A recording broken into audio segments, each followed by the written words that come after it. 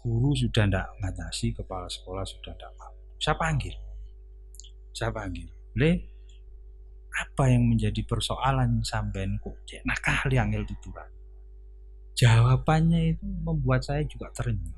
Ya saya sudah bayar ke sekolahan yang bertanggung jawab di situ. Dipasang. Tolong kepada kawan-kawan pengurus itu, tolonglah bantu kami untuk membantu mengentaskan kenakalan anak-anak sekarang.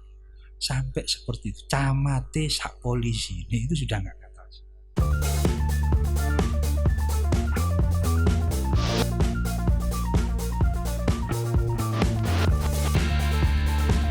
Masih di Golkar Sidoarjo TV, channel kebanggaan warga Sidoarjo. Beberapa waktu yang lalu Sidoarjo ramai dengan cerita tentang sekelompok anak muda yang bahkan ini sudah mengarah ke kriminalisasi dengan melakukan kegiatan yang bisa bilang meneror warga Sidoarjo. Ini sebenarnya tidak di Sidoarjo, di Surabaya, di sekitar daerah-daerah ini juga banyak kegiatan seperti ini. Dan alhamdulillah gerakan itu sementara ini agak diredam. Tapi ini tentu menjadi masih laten karena persoalan klasiknya adalah bagaimana keluarga atau sekolah di lingkungan terdekat menjadi tempat yang nyaman untuk persoalan-persoalan anak itu, sehingga tidak lagi menjadi liar di luar mencari kegiatan. Nah, ini nanti kita akan mencoba membahas persoalan ini dari sudut pandang pengelola pendidikan yang juga punya peran sebenarnya untuk meminimalisir persoalan ini. Kalau memang seolah sekolah atau keluarga ini bisa menjadikan tempat yang bisa memberikan ruang untuk mereka, persoalan ini akan selesai. Dan ini sudah ada Gus Mahin, ini salah satu pengurus Madin Jawa Timur, sekretaris Gus ya? Sekretaris. Terkait dengan persoalan kemarin, ini banyak yang mengapresiasi kinerja kepolisian dan teman-teman lain sudah melakukan upaya untuk mencegah. Tapi sebenarnya adalah persoalan latennya kan belum selesai gitu kan. Bagaimana sekolah atau bagaimana keluarga itu menjadi tempat yang membentengi paling awal. Menurut Gus seperti apa untuk pandangan ke ini? Terima kasih. Memang urusan anak muda saat ini menurut hemat kami, pengalaman kami yang memang terjun di lapangan, terutama di dunia pendidikan, yang bisa mencegah kenakalan remaja saat ini yang memang tidak bisa selain pendidikan. Pendidikan itu kata kuncinya.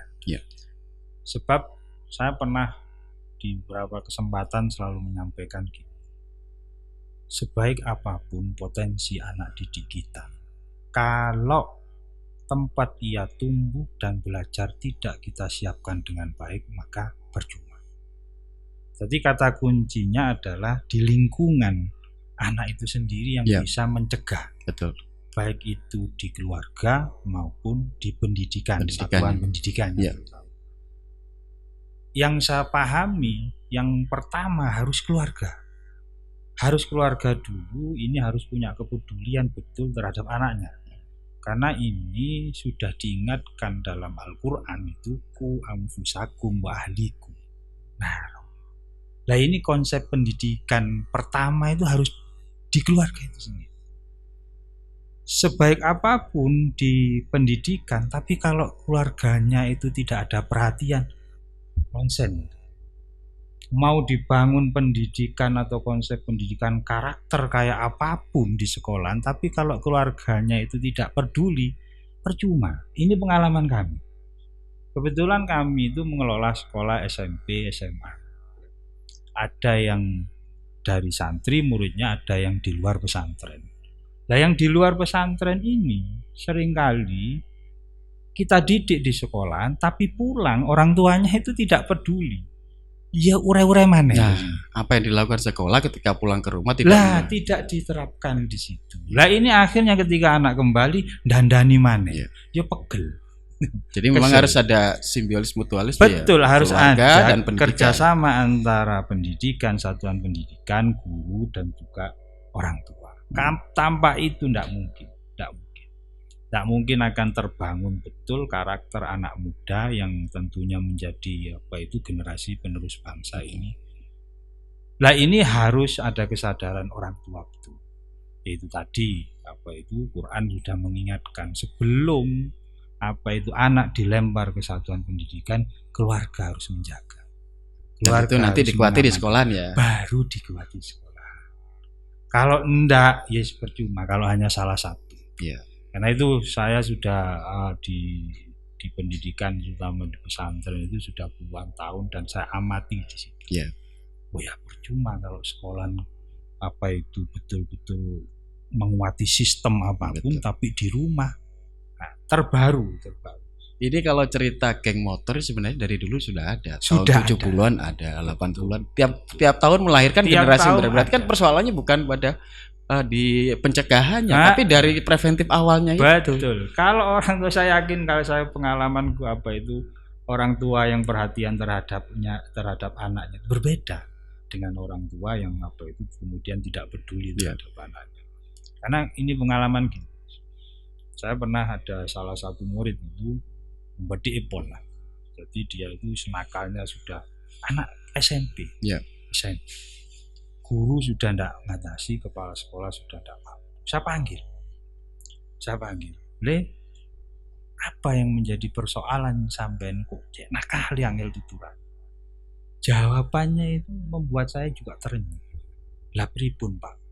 Wong kula teng sekolahan ini dididik sama guru baik, tapi ketika saya pulang orang tua saya mengajarkan tidak baik. Hatta dia itu cerita sampai contoh awal ditunjukkan berarti Lah. di rumah seperti itu. Saya ketika apa yang menjadi persoalan orang tua? Kadang orang tua saya minum-minuman di rumah, kadang bawa perempuan di rumah, padahal mereka itu masih belum bercerai dengan. Iya. Lah inilah yang kemudian Contoh buruk. Lah, betul. bagaimana kemudian saya sampean kongkon api aku mulai sampean toto di sekolahan mulai kayak gitu. Akhirnya apa bener ada apa itu makalah itu mengatakan lisanul hal afsahu min lisanil maqal. Suri tauladan perilaku itu jauh lebih baik daripada sekedar omongan. Makanya itu. Jadi hanya tutur-tutur tapi tidak memberikan contoh yang baik terhadap anak, ya percuma. Ya. Karena anak itu lebih mudah meniru, lebih mudah menanggapi ketika apa yang ia lihat. Terutama di lingkungan terkecil. Di lingkungan terkecil, terkecilnya. di keluarga. Ya. Itu sudah digariskan. Jadi sebenarnya sudah muncul ya benang merahnya bahwa persoalan yang utama yang harus dibenahi adalah persoalan keluarga dan sekolah. Itu satu kesatuan yang utuh. Betul. Baru itu nanti kita ke belakang apa keluar itu sudah berbentuk produk sudah, ya. Betul. Jadi insya Allah bisa terminimalisir betul kenakalan-kenakalan yang terjadi seperti geng motor dan ketika keluarga perhatian kemudian dikuati di sekolah. Nah itu insya Allah hal-hal semacam itu tidak mungkin menghapuskan semua, tapi paling tidak sudah mengurangi mencegah lebih awal ya. Berarti kerjasama semua pihak kalau gitu ya.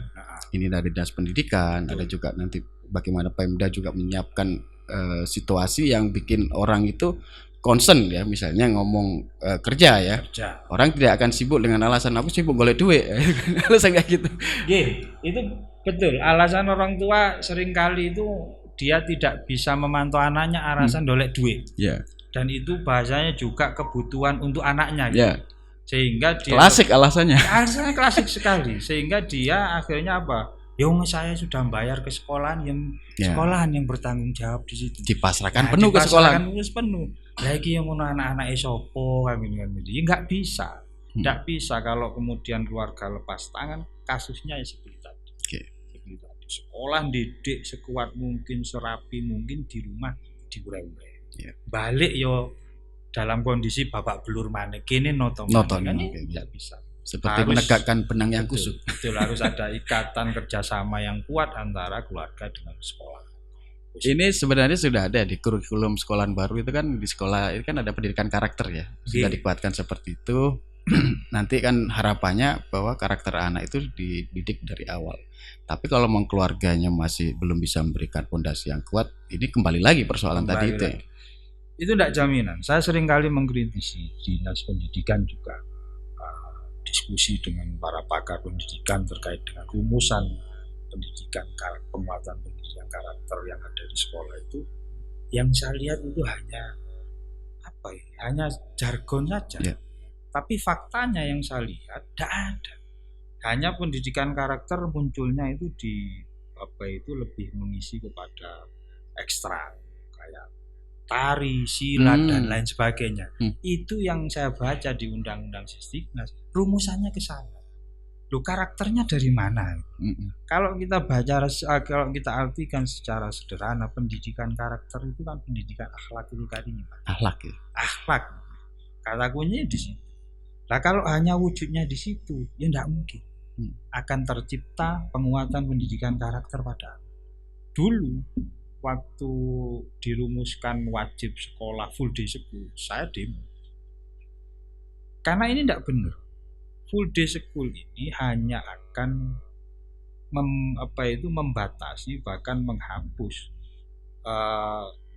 istilahnya anak-anak untuk menambah pendidikan agama terutama di dinia. Kenapa? Ketika sudah Waktunya anak itu sekolah habis. sampai sore, Waktunya habis. Kesempatan anak untuk memperkuat pendidikan karakter di bidang penguatan agamanya itu hilang. Arek wis mulai jam 5 sore. Sik dikongkon ngaji man. Pegel lah. Wis cara pulang itu wajah sudah penceng semua anak-anak itu. Nggak mungkin disuruh ngaji man. Wis males Bu, males Pak. Kalau orang tuanya nggak kuat betul ya dijano ya wis apa istirahat. Lah itu saya demo betul sampai akhirnya kemudian tidak diwajibkan. Kami sejatinya bukan kemudian merasa nanti kalau disebut hilang job atau apa enggak. Yang kami pikirkan adalah masa depan anak-anak terutama di Islam.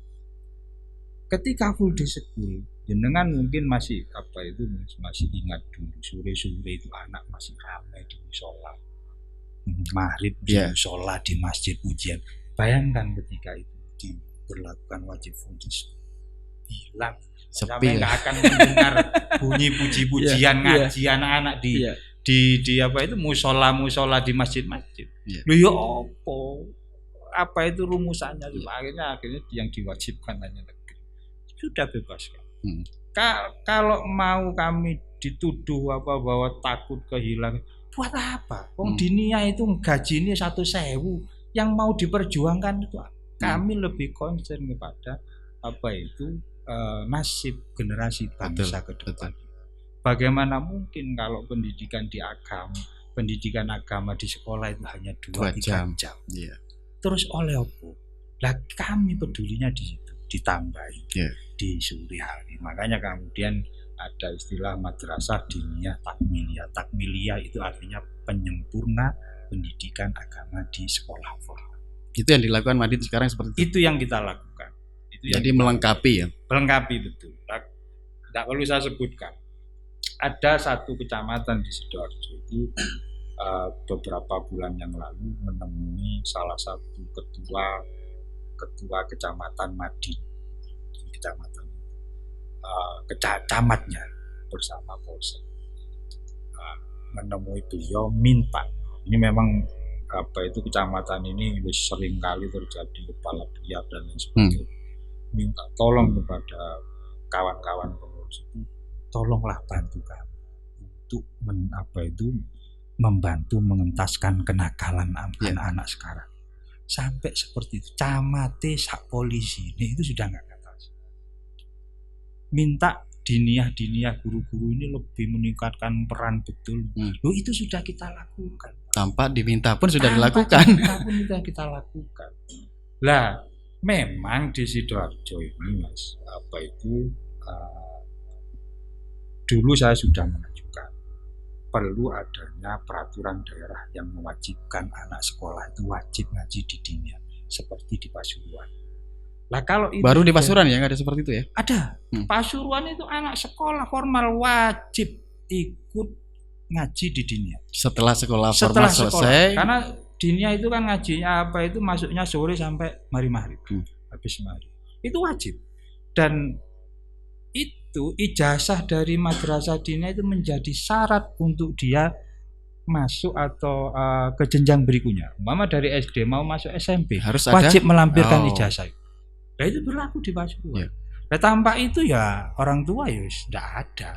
Wah kalau kepentingannya harus ada dikuati ya. Harus dikuati. Dulu kami mengusulkan itu hearing beberapa kali dengan DPR di Sidoarjo. waktu itu ya nggak perlu saya sebutkan lah, orangnya masih aktif, langsung ketua DPRD-nya dan menjanjikan Gus nanti naskah akademiknya kita bikin terus kami serahkan ke jenengan untuk dikaji apakah sudah sesuai atau tidak. Sampai sekarang ada sekitar 5 tahun ya tidak ada kelanjutannya. Jadi beberapa kabupaten ini melalui inisiasi kami yang di provinsi itu sudah mulai, yang terbaru ini di Kabupaten Probolinggo, perda wajib dinia. Jadi anak-anak nanti yang itu mulai jenjang SD, SMP sampai SMA juga. SD, SMP, SMA. Dinia itu sama strukturnya dengan formal. Ada jenjang istilahnya itu awaliyah atau ibtidaiyah itu setara dengan SDMI, ada wusto itu setara dengan SMP MTS, ada ulya itu setara dengan aliyah SMP. Berjenjang. Tapi memang di dinia itu sistem pembelajarannya tuntas. Dalam artian tuntas itu ya kalau dia tidak bisa mengampu materi yang disediakan di kurikulum tingkatan itu maka ya nggak naik. Untuk di Sidoarjo Madin berapa jumlah sudah? Madin di Sidoarjo kurang lebih nggak sampai 600, ada 500 berapa yang itu terdaftar di Kementerian Agama. Memang untuk yang terakhir ini kami kurang paham berapa jumlahnya, tapi tidak lebih dari 600. Kalau itu misalnya diterapkan dan harapannya ada perda yang mendukung untuk pelaksanaan Madin, itu memang sudah cukup ya atau perlu tambahan lagi? Ya cukup sebenarnya. Tinggal niat baik dari pemerintah daerah dan DPR-nya. Mau nggak mereka itu istilahnya memperdulikan nasib anak-anak generasi bangsa ini ke depannya atau tidak? Kalau enggak ya hanya dengan jalan seperti ini ya yang orang tuanya memang punya basic pendidikan agama yang kuat maka dia akan memaksa betul anaknya untuk ngaji. Tapi yang tidak ya sudah lebih mungkin ditaruh di LBB dan lain sebagainya. Jadi nggak usah ngaji, pakai bimbingan belajar aja. Padahal di dinia itu hampir saya katakan 70% itu free, tidak membayar. Saking ikhlasi guru nih. Jadi karena ada bahasa kadang gini yang saya temukan, orang tua itu ya mungkin karena basic keagamaan. Ayo ngaji kok bayar. Padahal bayar ada yang bayar itu nggak lebih dari 15.000 per bulan. LBB 400.000, 500 itu bayar kontan. Nah 15 ini sih dikomeni, ngaji kok bayar. Ya aja dipodokno mek zaman biyen rek. Nah niku yang kadang saya ada ini Gus. Apa langkah-langkah yang dilakukan oleh Madin untuk lebih memasifkan gerakan Madin sehingga banyak orang yang selama ini belum paham apa itu Madin agar lebih luas lagi, Gus. Jadi kami itu sebenarnya bisa dibaca itu di Sidoarjo maupun di provinsi. Kami itu untuk menjamin standar mutu pendidikan dinia itu kami melaksanakan ujian bersama. Jadi di Sidoarjo itu ada ujian semester bersama, ada ujian akhir bersama. Nah ini untuk menjamin standar dan menjaga standarnya. Jadi kami pun ya karena agama pendidikan agama Islam itu yang jenengan pahami juga macam-macam, ada sekte-sekte, ada mazhab-mazhab lain. Nah kami di sini menjaga betul ya kalau bahasa sekarang itu yang dipakai Menteri Agama moderasi beragamanya. Jadi Madin ini jangan sampai kemudian mengarah ke arah radikal seperti pengeboman yang terakhir ini. Yang insya Allah kalau Madin sejauh itu Madin Nahdlatul Ulama Ahlus Sunnah wal Jamaah tidak akan ada pelajaran yang mengarah pada kekerasan seperti itu. Nah ini yang kemudian ujian bersama ini yang kita pakai untuk syiar ke masyarakat. Ini loh dinia. Ada lagi kami itu melakukan gebiar prestasi santri, mengangkat potensi-potensi santri, kita lombakan tingkat kabupaten ada, tingkat provinsi ada, sampai ke tingkat nasional. Dan alhamdulillah kemarin tanggal 1 sampai 4 di Bandung itu kami mewakili Jawa Timur menyabet juara umum untuk pekan olahraga dan seni antar santri madrasah dinia nasional. Nah, ini memang perlu yang jenengan sampaikan harus secara masif ini disampaikan. Sebenarnya orang itu sudah tahu. Di tiap desa itu pasti ada madrasah diniyah walaupun satu. Orang kadang sulit membedakan TPQ dengan madrasah diniyah. Lah, simple saya mengatakan Madin itu kakak kelasnya TPQ. Ya. Setelah TPQ baru ke Madin. Karena TPQ hanya fokus di Quran saja. Madin itu seperti yang ngobrol santai dengan bahwa Madin itu sebenarnya adalah ruh dari pendidikan pesantren. Nah, kok ada Madin di luar pesantren, saya berani menjamin bahwa yang mendirikan itu pasti alumni pesantren. Tidak sembarangan orang berani. Tidak sembarangan. Karena kalau bukan alumni pesantren tidak mungkin berani mendirikan madrasah diniyah. Urusannya karo kitab gulu. Betul.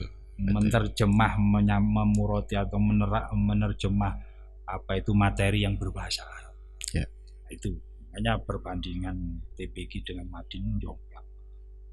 Madin itu 600, TPQ bisa 2.500. Waduh, sudah berapa itu? Ya kalau TPQ hanya punya kemampuan bisa baca Al-Quran dengan baik dan benar, bisa mengulang. Ya. Itu kembali lagi pada keluarga ya, masyarakat keluarga. Bagaimana melihat TPQ sudah begitu masif karena melihat ada kebutuhan. Betul. Nah, kita berharap juga Madin juga dijadikan sebagai kebutuhan bagi keluarga untuk lebih menyempurnakan sekolah mereka informal gitu. Nggih, betul, karena makanya kami tetap ya walaupun tidak menjamin 100% bahwa kenakalan remaja saat ini itu bisa teratasi dengan ngaji di diniyah, enggak. Paling tidak bahwa mereka anak-anak generasi sekarang, anak muda usia sekolah itu pernah mendengar iki baik. Betul. Ini tidak. Paling landasan tidak awal ya, bekal awal lah. Dan kemudian ya terjaga dari sisi ubudiyahnya. Yeah. Lah kami memang konsen terutama pendidikan keagamaan Islam baik pondok pesantren maupun madrasah diniyah yang di luar itu. Pembentukan karakter itu sudah dilakukan dari dulu. Yeah. Tanpa munculnya kemarin penguatan pendidikan karakter atau P3K dari rumusan Mendiknas diniyah sudah melakukan. Pesantren sudah melakukan itu. Bagaimana tasamu seorang mengajarkan toleransi, menghargai sesama sudah dulu dilakukan ya.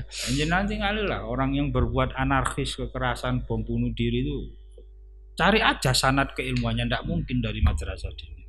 Oke. Terima kasih Gus, luar biasa. Mudah-mudahan upaya yang dilakukan oleh teman-teman Madin lebih masif, bisa diterima oleh masyarakat. Ini sudah lebih untuk penguatan karakter, untuk menyempurnakan bahwa sekolah formal harus ditambahi dengan untuk upaya dari diniyah untuk membangun karakter awal generasi kita selanjutnya di masa depan.